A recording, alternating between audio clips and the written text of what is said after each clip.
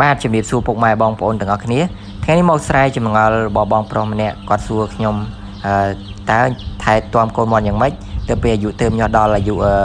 ក្រោមមួយខែហ្នឹងកុំឲ្យវាងាប់ច្រើនហ្នឹងហើយសំខាន់មាន3បងហ្នឹងហើយទី1គឺកតាកម្ដៅទី2គឺកតាថ្នាំទី3គឺកតាចំណីទឹកហ្នឹងហើយពុកបងចឹងទី1ពេលដែលយើងដាក់កូនទូចេញកូនមាន់ចេញមកពីទូភ្ញាស់ឬក៏ចេញពីមេធ្វើម៉េចឲ្យមានកម្ដៅកូនមាន់វាត្រូវការ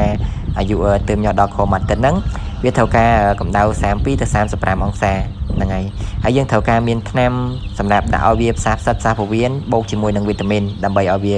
សុខភាពល្អនិងខ្លាខ្លំ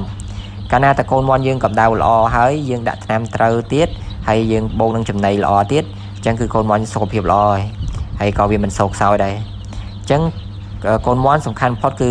នៅអាយុវាទើបញាស់ដល់អាយុក្រោមមួយអាទិត្យហ្នឹងបង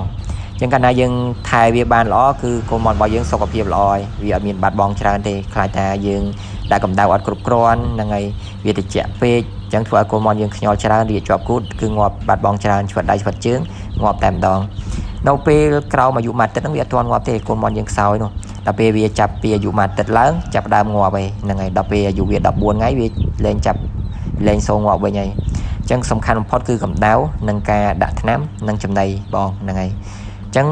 ខាងខ្ញុំក៏មានលក់ដែរបងហ្នឹងហើយប្រភេទថ្នាំថែកូនមាន់ពពួកព្យាបាលនិងពពួកវីតាមីនជួយឲ្យមាន់ធំធាត់លឿនអញ្ចឹងបើបងមានចម្ងល់អីអាច comment សួរឬក៏ឆាតមកបានសម្រាប់កសិដ្ឋាន page Hongdali ចឹងពុកម៉ែបងប្អូនដូចឃើញមាន់នៅក្នុងវីដេអូរបស់ខ្ញុំចឹងគឺកូនមាន់នេះគឺមានអាយុ10ថ្ងៃ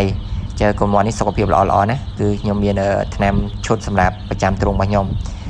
ចឹងអរគុណច្រើនសម្រាប់ចម្ងល់មួយនឹងអរគុណច្រើន